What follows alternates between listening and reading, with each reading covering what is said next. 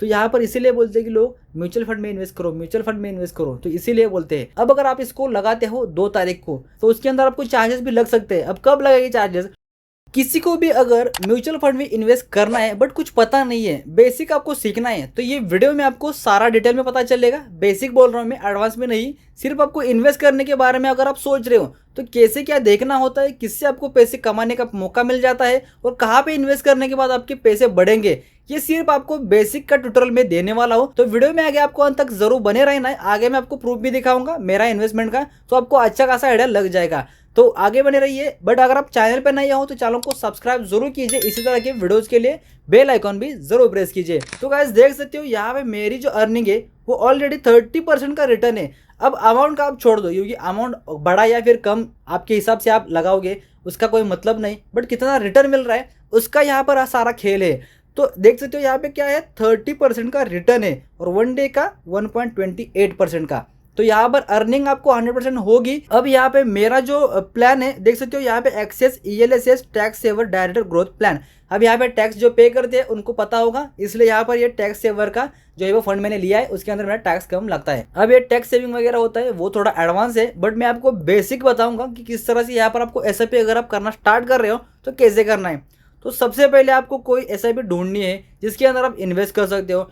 तो सबसे पहले क्या करेंगे, यहाँ पर हम एक्सप्लोर है, ठीक है, एक्सप्लोर के ऊपर क्लिक करेंगे। देख सकते हो यहाँ पर तो इन्होंने लिखा है स्टार्ट SIP। अब ये एप्लीकेशन है ग्रो का, आप डिस्क्रिप्शन में क्लिक करके भी अपना अकाउंट ओपन कर सकते हो, ठीक है। इसके अंदर आप नीचे देख सकते हो यहाँ पर क्या है, हाई रिटर्न। इसके अंदर रिस्क भी उतना होता है, अगर मार्केट ज़्यादा गिर जाएगा, आपने अगर आज पैसे लगाए और कल गिर गया तो आपका बहुत सारा लॉस हो सकता है, और अगर कल उठ गया तो बहुत सारा प्रॉफिट भी हो सकता है। तो दोनों तरफ यहाँ पे रिस्क होता है। अब यहाँ पर SIP विथ 100 रुपीज़। अब बहुत ज़्यादातर लोग होते हैं वो क्या करते हैं, एक वीक में 500 रुपीज़, 100 रुपीज़, या फिर एक महीने में 500 रुपीज़, 1000 रुपीज़, इस तरह से SIP करते हैं। और ये आगे जाके वो बड़ा अमाउंट बन जाता है, और जैसा जैसा मार्केट बढ़ जाता है वैसे उसकी अमाउंट बढ़ जाती है। और जो मैंने टैक्स सेविंग का बताया वो यहाँ पर इससे मैंने किया था लार्ज कैप। जो भी कंपनी बड़ी होगी, जिसका पोर्टफोलियो बड़ा है, जिसके अंदर लोगों ने इन्वेस्ट किया है, उसकी मार्केट कैप वैल्यू बड़ी है, वो यहाँ पर लार्ज कैप में आती है। वैसे ही मिड कैप और स्मॉल कैप, जो छोटी कंपनी होगी वो स्मॉल कैप में आएगी। अब यहाँ पे क्या करना है, आपको आपके हिसाब से चूज करना है। मैं आपको बेसिक का बता देता हूँ। यहाँ पर है SIP विथ 100 रुपीज़। इसके ऊपर क्लिक कर दिया तो इतनी सारी SIP की आपको वैरायटी मिल जाएगी। अब यहाँ पर इन्होंने देख सकते हो ये क्या लिखा है, 3 ईयर रिटर्न, 3 साल के ये 22%, 21, 21, 19, 12, इस तरह से यहाँ पर आपको दिखाई दे रहे। इसके ऊपर मैं क्लिक करता हूँ तो यहाँ पर हो गया 5 ईयर, देख सकते हो 5 साल में कितने। और एक बार क्लिक करता हूँ तो 1 ईयर के, देख सकते हो 32% है 1 ईयर की रिटर्न। गाइज इतना अमाउंट का रिटर्न कहीं भी नहीं मिलता। वैसे यहाँ पर रिस्क भी उतना होता है। आप समझोगे FD कराओगे तो 7-8% मिलेगा, बट 7-8% की जगह यहाँ पर 30% अच्छा है ना। बट ऐसा नहीं है, FD कभी नीचे नहीं आती, जिसका रेट कभी नहीं कम होता, बट इसके अंदर लॉस हो सकता है। इसलिए यहाँ पर म्यूचुअल फंड में रिस्क होता है। वैसे वो थोड़ा स्पीड में लाइन होता है ना एडवर्टाइज में, वैसे इसलिए होता है कि इसके अंदर रिस्क भी ज़्यादा होता है। अब ये भी वीडियो में ट्यूटोरियल के पर्पज़ के लिए बता रहा हूँ। मैं कोई बता रहा हूँ तो वहाँ पर जाके कूद मत जाना, उसका पहले रिसर्च करना, ठीक है। तो यहाँ पर मैं समझो HDFC बैलेंस्ड एडवांस फंड के ऊपर क्लिक कर देता हूँ, ठीक है। अब यहाँ पर क्या लिखा है, 3 ईयर में कितना है, 1 ईयर में, 6 मंथ में, 1 मंथ में। तो 1 ईयर का दिखा देता हूँ, 32% का HDFC balanced average fund direct plan growth.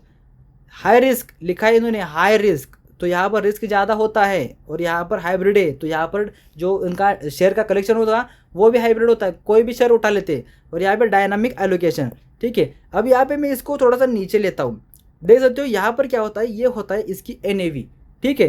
अब यहाँ पे NAV जैसे ही बढ़ेगी उसी रेट में आपका पैसा बढ़ेगा। उसके बाद यहाँ पे रेटिंग देख सकते हो 5 स्टार का है। फंड का साइज देख सकते हो 95 करोड़ है, मतलब इतने फंड लोगों ने यहाँ पे ऐड किया है, जो कि यहाँ पे 95 करोड़ रुपीज़ है। और यहाँ पे SIP की अमाउंट कितने है, मिनिमम 100 रुपीज़। तो बहुत सारे लोग 100 रुपीज़ का ही ट्राई करते हैं ना, 100 रुपीज़ करके बड़ी अमाउंट हो जाती है। जैसे थोड़ा थोड़ा करके बहुत सारा पैसा बनता है, वैसे ही यहाँ पर है, ठीक है। अब यहाँ पर क्या है, रिटर्न कैलकुलेटर। अब ये सिर्फ मैं ऑप्शन दिखा रहा हूँ जिससे ही आपको नॉलेज मिलेगा कि किस तरह से SIP का काम चलता है, और अगर आप फाइंड भी करना चाहते हो तो कैसे करना होता है। देख सकते हो यहाँ पे रिटर्न कैलकुलेटर, इसके ऊपर क्लिक करोगे तो आपको यहाँ पे कैलकुलेटर भी मिलता है। पर मंथ आप कितना करोगे, 5000, या फिर थोड़ा सा बढ़ाओगे तो कितना हो जाएगा, 10,000, 12,000, इस तरह से यहाँ पर होता है। और नीचे आपको रिटर्न दिखाई दे रहा है, ठीक है। बट ऐसा नहीं करेंगे, हम सिर्फ पर मंथ 500 पकड़ लेते हैं, ठीक है। अब ओवर द पास्ट 1 ईयर, अगर आप पास 1 ईयर से 500 रुपीज़ लगाए होते तो उसके आपके 10% बढ़ जाते। अब आपको पता चला, आप ऐसा नहीं बोलोगे कि जनवरी को मैंने पैसे ऐड किए तो मेरे दिसंबर तक 100% 30% बढ़ेंगे, ऐसा नहीं, क्योंकि आप जनवरी में 500 ही लगा रहे हो, दिसंबर में जाके उसका 12 गुना बढ़ जाएगा ना, ऐसा रहता है। तो यहाँ पर 10% ही बढ़ेगा। अब देखो यहाँ पर 8% की जगह 10% मिल रहा है, काफ़ी अच्छा है। तो यहाँ पर इसीलिए बोलते हैं कि लोग म्यूचुअल फंड में इन्वेस्ट करो, म्यूचुअल फंड में इन्वेस्ट करो, तो इसीलिए बोलते हैं। अब यहाँ पे थोड़ा सा नीचे आता हूँ तो देख सकते हो यहाँ पर होल्डिंग्स है, इसके ऊपर मैं क्लिक करूंगा तो यहाँ पर ये जो फंड है इसके अंदर जो भी मैनेजर दिया होगा वो मैं आगे बताऊंगा, उसने कौन से कंपनी में शेयर बाय करके रखे हुए हैं, अगर वो बढ़ जाते तो आपका पैसा बढ़ेगा। देख सकते हो HDFC, ICICI, स्टेट, कोल, NTPC, GOI, Infosys, Larsen turbo, ठीक है। यहाँ पर इसके अंदर इन्होंने पैसे लगाए हुए हैं, जो कि आप पैसे उनको दोगे, मतलब उनको, मतलब इंडिविजुअल नहीं, कंपनी को दोगे, वो कंपनी कहीं ना कहीं तो इन्वेस्ट करेगी, जिससे ही उनको रिटर्न मिलेगा। थोड़ा उनके पास रखेगा और बाकी का आपको मिलेगा, इस तरह से काम चलता है। अब थोड़ा सा अगर मैं नीचे आता हूँ देख सकते हो यहाँ पर रिटर्न रैंकिंग है, इसको छोड़ देते हैं, सिमिलर फंड को छोड़ देते हैं, और यहाँ पर है टैक्स एग्जिट लोड, इसके ऊपर क्लिक करेंगे तो यहाँ पर होता है एग्जिट लोड। देख सकते हो यहाँ पर 1% चार्ज लगेगा रिडीम्शन करने के बाद, मतलब अगर आप 1 साल के अंदर इसको रिडीम करते हो, मतलब अगर आपने स्टार्ट किया 6 महीना हो गए और आपको लगा कि मेरे को पैसे को ज़रूरत है, मैं विड्रॉ कर लूँगा, तो 1% अलग सा चार्ज लगेगा, तो वो कट जाएगा। इस तरह से आपको म्यूचुअल फंड में इन्वेस्ट करने के बाद, जैसे FD का लॉक इन पीरियड होता है 6 महीने का, अगर आप अंदर, मतलब अगर आप 6 महीने नहीं, मैं आपको बता रहा हूँ, 6 महीने का FD करवाते हो और 5 महीने में तोड़वाते हो तो कोई भी नहीं पैसा मिलता, वैसे ही यहाँ पर चार्ज लगता है 1% का। आपका 5% का गेन हुआ है तो आपको 4% का ही गेन मिलेगा, 1% ये काट के लेगी, ठीक है। इस तरह से ऐसा रहता है। अब थोड़ा सा मैं अगर नीचे लेता हूँ तो देख सकते हो यहाँ पर फंड मैनेजमेंट लिखा है, इसके ऊपर क्लिक करता हूँ तो यहाँ पर है मैनेजर, देख सकते हो यहाँ पर है मैनेजर। ये इतने सारे लोग इस फंड को मैनेज कर रहे हैं, 95 करोड़ रुपए जो है वो ये लोग मैनेज कर रहे हैं, कहाँ पर डालना है, कहाँ पर इन्वेस्ट करना है और कहाँ पे जाके रिटर्न मिलेगा, ठीक है। ये तो हो गया इन्वेस्ट कहाँ पर ये लोग करेंगे। अब उसके बाद क्या आएगा, यहाँ पर है fund house and investment objective, ठीक है। थोड़ा सा इसको बड़ा कर लेता हूँ, देख सकते हो यहाँ पर क्या है, टोटल एसेट सेकंड रैंकिंग है, इंडिया में सबसे ज़्यादा सेकंड नंबर पे इस एसेट के अंदर HDFC म्यूचुअल फंड के अंदर लोग इन्वेस्ट करते हैं। टोटल एसेट यहाँ पर मैंने आपको दिखा दी। अब यहाँ पर देख सकते हो डेट ऑफ इनकॉर्पोरेशन, कब ये स्टार्ट हुआ था म्यूचुअल फंड, तो यहाँ पर डेट है 1999 में, यहाँ पर 10 दिसंबर के अंदर ये स्टार्ट हुआ था, तो ये इतना पुराना म्यूचुअल फंड है।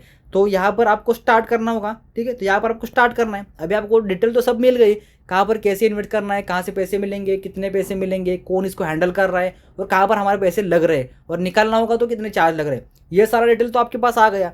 अब आपको पैसे ऐड करने हैं, तो ऐड करने के लिए यहाँ पर है स्टार्ट SIP मतलब होता है कि आपको थोड़ा थोड़ा करके पैसे ऐड करने हैं, मतलब आप 1 वीक का लगा सकते हो, 1 महीने का भी, 3 महीने का भी, 6 महीने का भी, जितना मर्जी चाहे आप लगा सकते हो।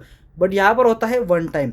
अगर आपको लग रहा है कि भाई मेरे अकाउंट में तो पैसे नहीं आते, मेरे पास जब आएंगे तब मैं लगाऊंगा, तो उसके लिए होता है 1 टाइम। तो 1 टाइम के ऊपर क्लिक करेंगे और यहाँ से सीधा आप अपना जो भी बैंक लिंक होगा, अब ये सारा प्रोसेस जितने भी डीमैट अकाउंट है उसके अंदर सेम प्रोसेस होता है। आपको जो भी पैसे ऐड करने हैं वो अपनी बैंक लिंक होती है, उसी से पैसे ऐड करना होता है। तो ये पैसे ऐड करना होगा, ऐड करोगे तो आपका यहाँ पर दिखने लग जाएगा, ठीक है। अब पहले मैं SIP का दिखा देता हूँ। SIP के ऊपर क्लिक करेंगे, जैसे तो यहाँ पर क्या होता है 15th ऑफ एवरी मंथ, आपको यहाँ पर डेट चूज करनी है। 1 तारीख को सैलरी हो रही तो आप 2 तारीख सिलेक्ट कर सकते हो कि आपके बैंक में पैसे है तो आप यहाँ से डायरेक्टली कटवा सकते हो। यहाँ पर आपको अमाउंट डाल देनी है और ऐड कार्ड करना है, ठीक है। आपकी ऐड कार्ड हो चुकी है। अब यहाँ पे गो टू कार्ड करेंगे, देख सकते हो यहाँ पर क्या है, मंथली SIP आपकी स्टार्ट हो चुकी है, ठीक है। और यहाँ पे पे करोगे तो आपका ये पेमेंट जाएगा, यहाँ पर OTP आ जाएगा और आपकी बैंक से पैसे कट जाएंगे। मैं यहाँ पर बैक कर दे रहा हूँ, पैसे कट जाएंगे। तो इस तरह से आपको ये पैसे ऐड करके अपनी SIP स्टार्ट करनी है। अब अगर आप इसको लगाते हो 2 तारीख को तो उसके अंदर आपको चार्जेस भी लग सकते हैं। अब कब लगेगी चार्जेस, 2 तारीख को लगाया आपने, बट आपके अकाउंट में पैसे नहीं आए, आपके अकाउंट में बैलेंस 0 है, तो ये ट्राई करेगा 1000 रुपीज़ ऐड करने का, मतलब विड्रॉ करने का, तो आपको उस केस में चार्जेस भी लग सकते हैं, जो कि पैसे आपके एप्लीकेशन के हिसाब से लगेंगे। 100% उतना ही लगे ऐसा नहीं, आप अपना एप्लीकेशन चेक करो, उसके अंदर कितने चार्जेस हैं, जो भी SIP फेल होगी उसके लिए कितना चार्ज है वो आप चेकआउट करो, वहीं से आपका पैसा कटेगा। बट अगर आप इसके अंदर पैसे रखते हो तो ऑटोमेटिकली कटेगा, क्योंकि ईएमआई ऐड करना होता है बैंक से ऑटोमेटिक पैसे कटने के लिए, तो वहाँ से आपका पैसा ऑटोमेटिकली कट जाएगा। अगर मैं खुद की बात करूँ तो मैंने 3 साल पहले शायद लगाए थे पैसे। डैशबोर्ड में देख सकते हो 30% का रिटर्न जो भी मेरे को मिला है। अब ये मैंने डेमो के लिए ही लगाए थे, दिखाते दिखाते इस तरह से, बट ये लॉकिंग पीरियड में थे, मेरे को पहले उतना पता नहीं था। अब यहाँ से पैसे ये मेरे 3 साल होने के बाद ही निकल सकते। इसके अलावा अगर मैं ट्राई करता हूँ तो कंपनी के बात करने के बाद ही निकल सकता है, बट उसके अंदर बहुत सारा चार्ज लगता है। आई होप आपको सारा समझ आ चुका है किस तरह से एसआईपी करनी होती है, एसआईपी के अंदर क्या क्या डिटेल देखना होता है। अगर आपको वीडियो पसंद आए तो लाइक करना है, इस तरह के वीडियोस के लिए चैनल को सब्सक्राइब करना है। मिलते हैं गाइस नेक्स्ट वीडियो में, तब तक के लिए बाय बाय।